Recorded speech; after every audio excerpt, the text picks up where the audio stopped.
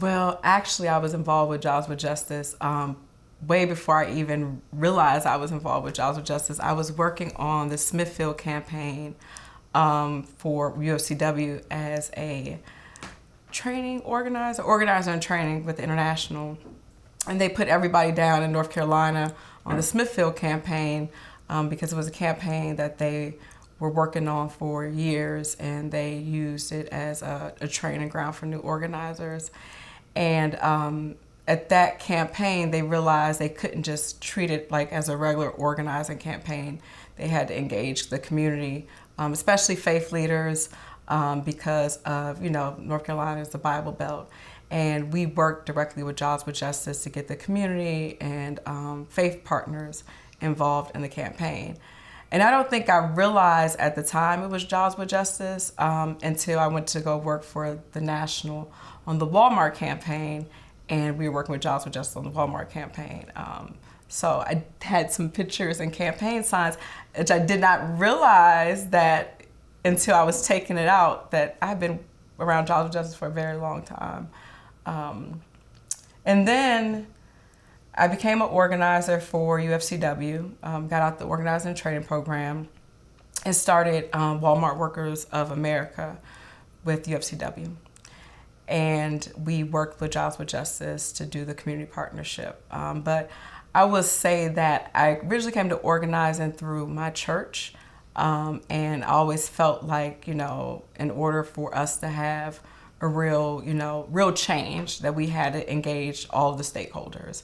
And the stakeholders meaning labor unions, faith, and community. So no matter what kind of campaign I was a part of, I was always trying to figure out who are the right people to talk to, who are the people that care about this the most, and could help bring a different voice to the things that workers were experiencing.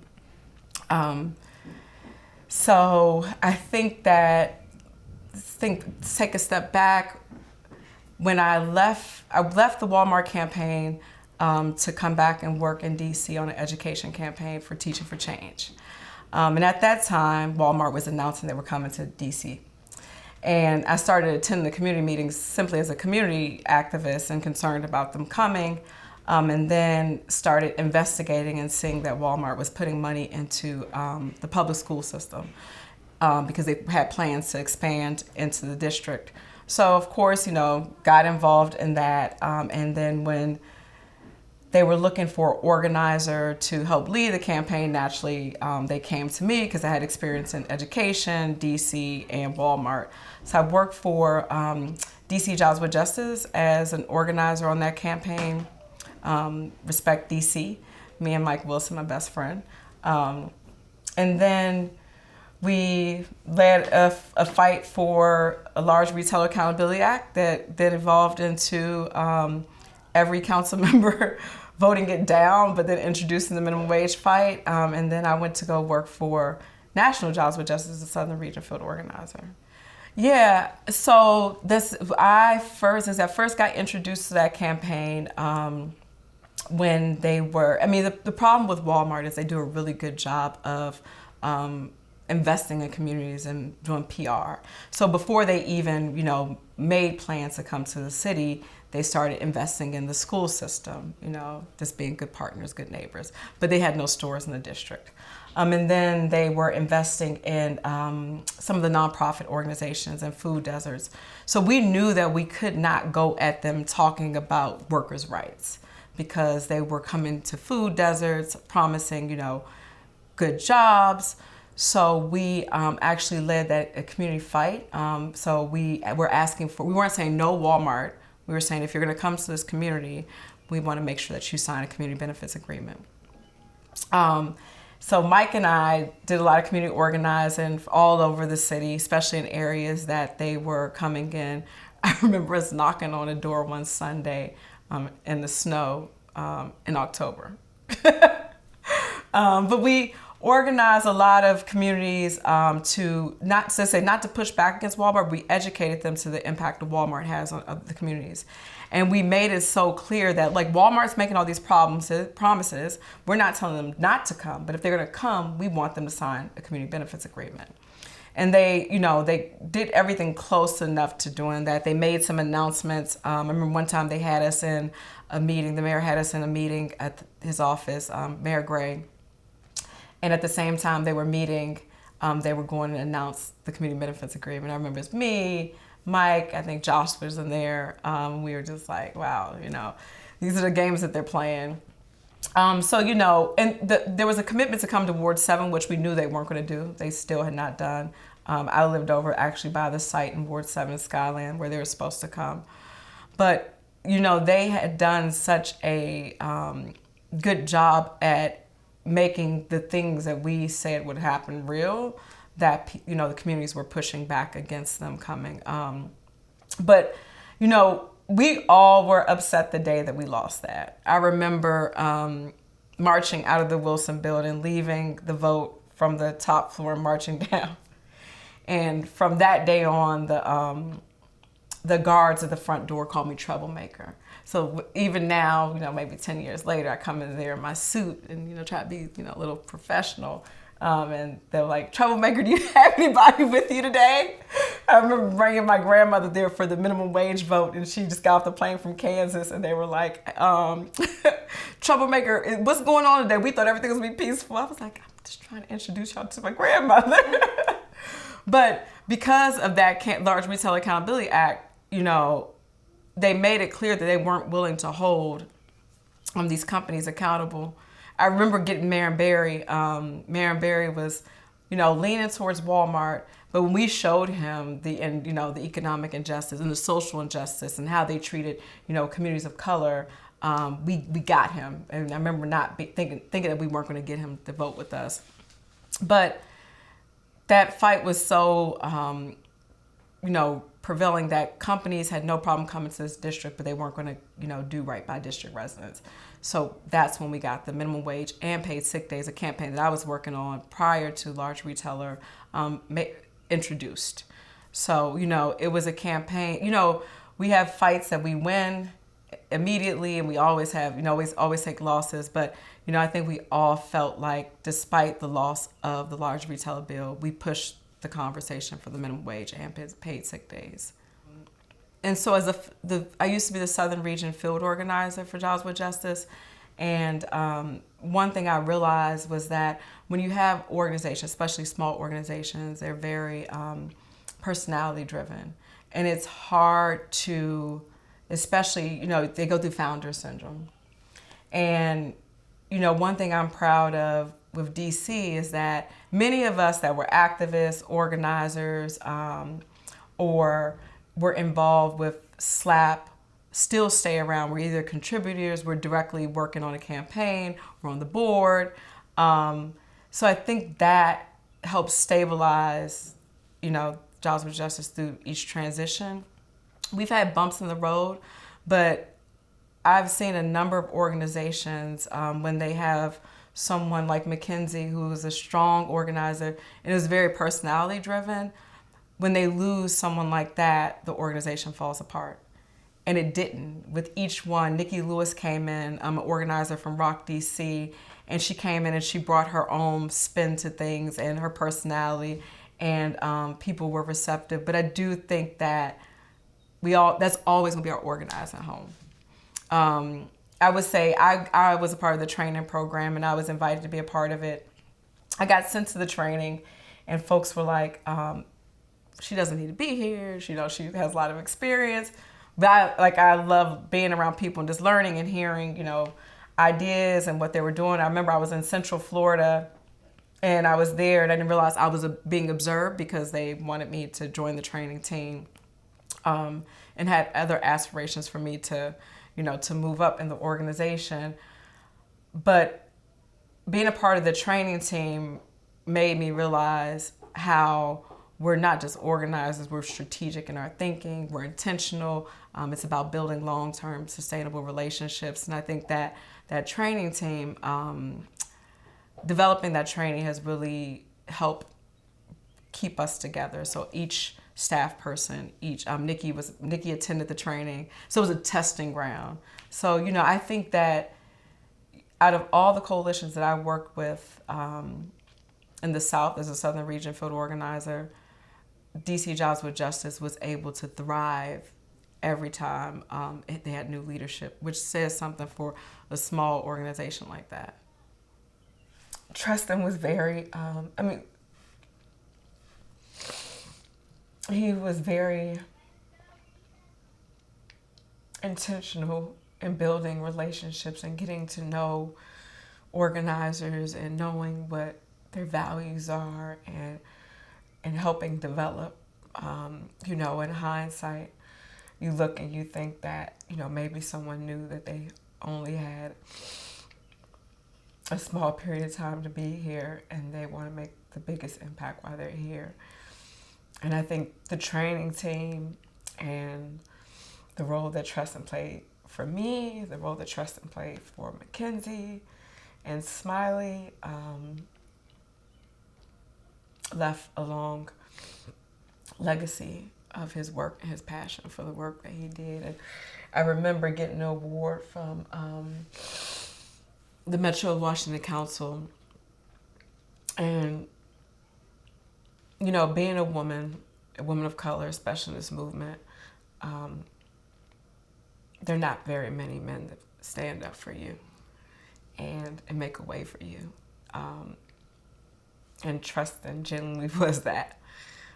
So I remember when I got the award and I was looking in the audience and I was looking at everybody that was there. And I was losing, I didn't know what to say. I remember this one time. Can I get the picture behind me? Yeah. Oh man, this time right here was a Walmart rally.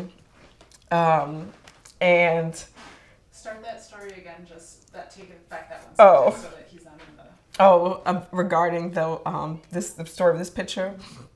So, story of this picture was the Jobs with Justice had their national convention here, and I was just getting ready to know the national, and Tristan talked me into emceeing this huge rally outside of, I think it was the Walmart lobbyist office, and I was nervous. And I remember I was chanting something wrong and I was like about to freak out. My daughters were in the audience and they were rooting for me. And Tristan was he sneaks behind the canvas and he starts, you're doing great, telling me what to say. And, I was like, oh God, thank you. But I was chanting, I forgot what I was saying, like if we don't get it, shut us down or something. And everybody was just going with it. And I was just so embarrassed. And Tristan was like, you're doing great, keep going. And, that's who he was, And then when I stepped into the role as a field organizer, I felt like that was my role, is to, be there for Nikki when times got rough and she was on the ground and dealing with, coalition dynamics or, people pushing one way and towards the other. I would just always remember, how Tristan would always make me feel that I got this, and remind you always to take time for yourself and have a good balance of work and life. I remember one Halloween we were all working nonstop and he was like, get home to your kid so you can go trick or treat. And I was like, oh wow. And it was the first work environment that I was in where we were allowed and encouraged to bring our whole selves. And, I think that's why so many people feel committed to Jobs with Justice. It's the place that we struggle together.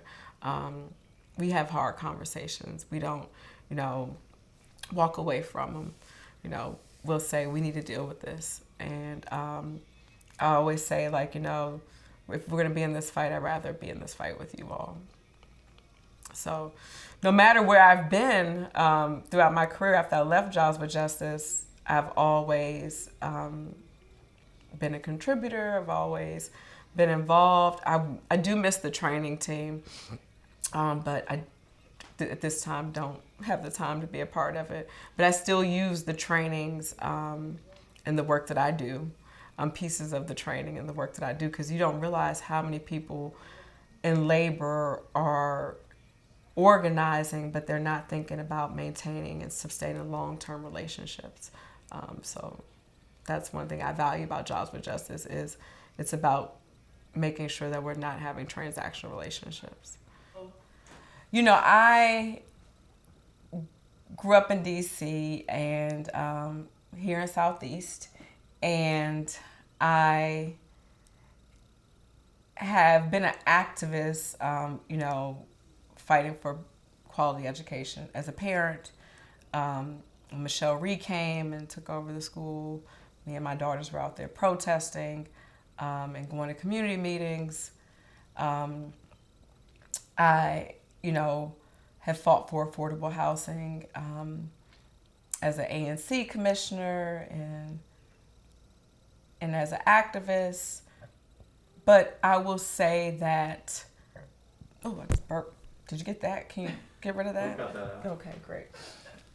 I never burp. I think that like the most important, you know, I was talking to somebody earlier and they were asking me, you know, what did I think about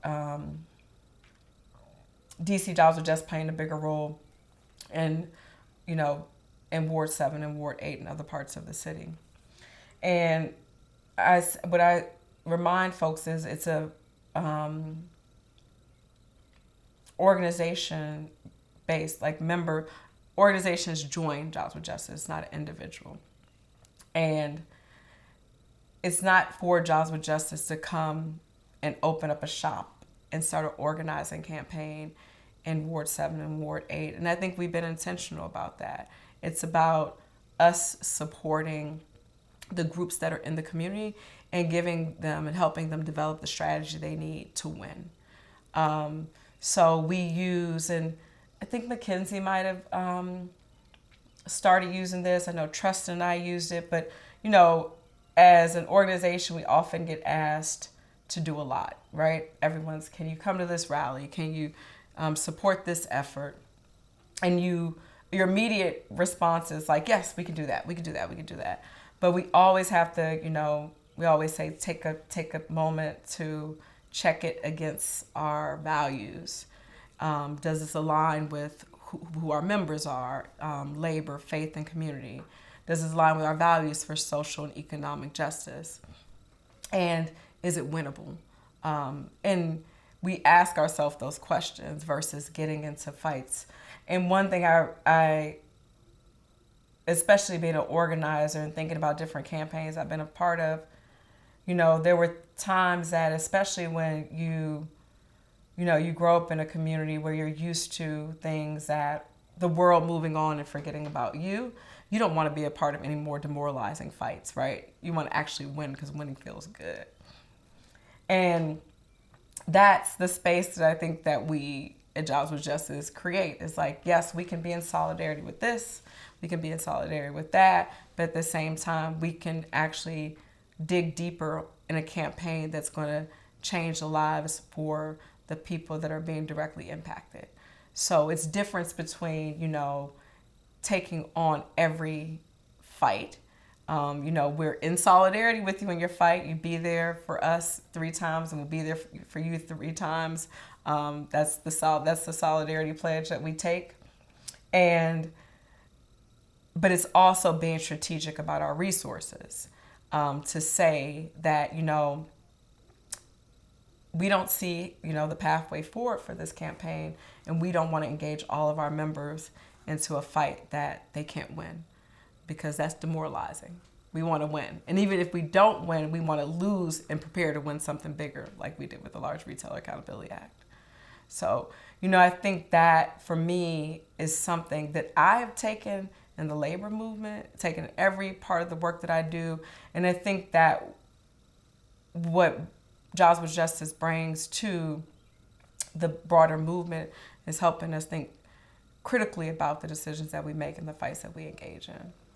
I would say one, I think that it has created a space for labor, especially, to have conversations about things that we wouldn't talk about. And, you know, we often go about the work that we do and not look at the differences because it's hard for us to address that when we're just trying to get to the contract. But it's the space that we can talk about Black Lives Matters or, immigrant rights. And you'll have, especially at the steering committee meetings, I remember having candid conversations with union leaders and me being an activist for the first time about what it felt like to be a Black woman doing the work that we do. So I think it creates a safe space for us to have conversations and then think about the work that we're doing through that lens. And you're not able to do that in all the work that we do because I think we intentionally try to stay away from that. Previously, I think we're definitely, because of the tension, the racial tension that has erupted. It's been there, but it's erupted. That people are being more open to having these hard conversations. Yeah, I'll say what I'm most excited about is that Jobs with Justice has done a really great job of, especially in these moments of where you have more people out in the streets protesting and under the Trump era being pissed off.